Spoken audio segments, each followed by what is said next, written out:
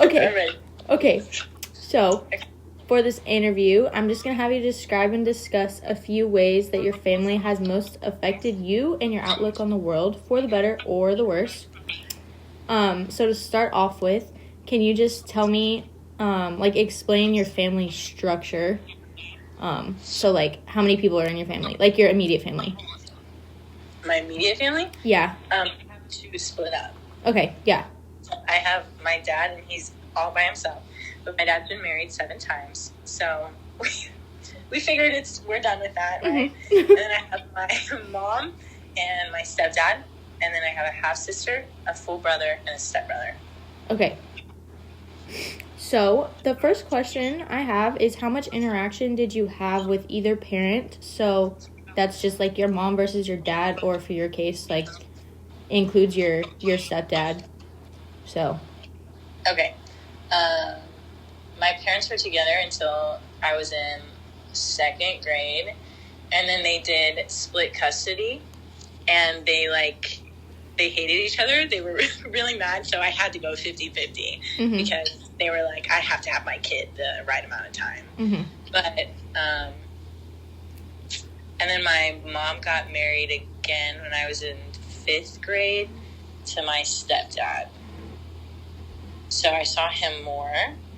And then I just stopped going to my dad's house when I was a junior in high school because it was not very fun, because he married my stepmom mm-hmm. in that time period as well, and I did not like her very much.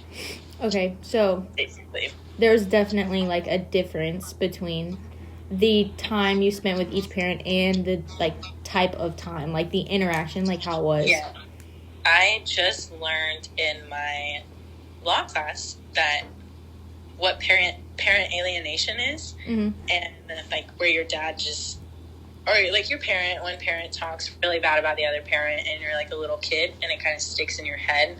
So that's I want to go to daddy's house, and so that's how it was. Oh, okay. Really bad against my mother. Okay.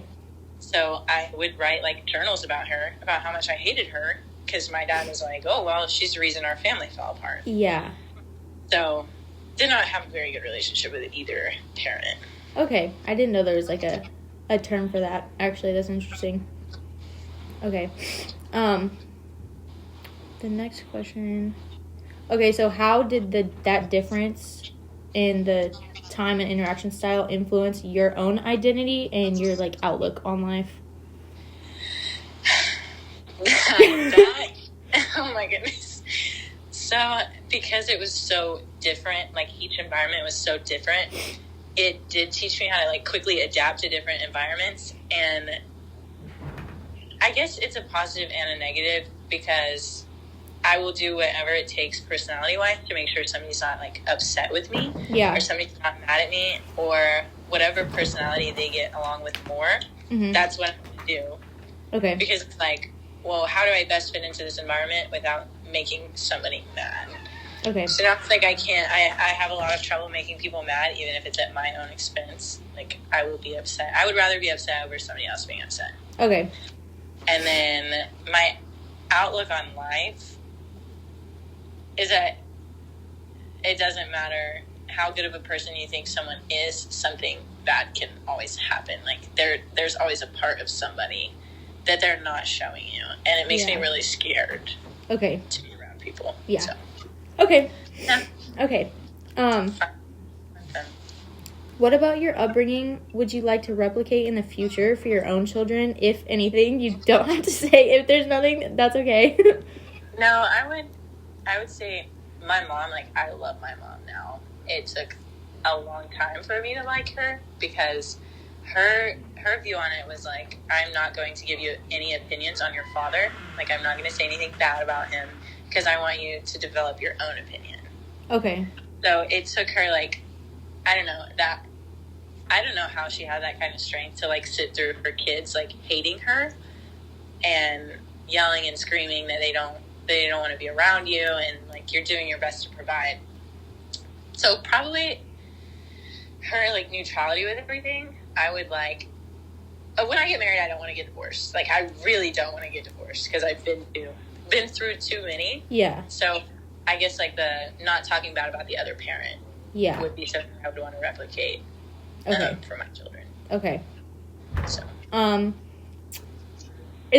What about your childhood do you absolutely not want to replicate?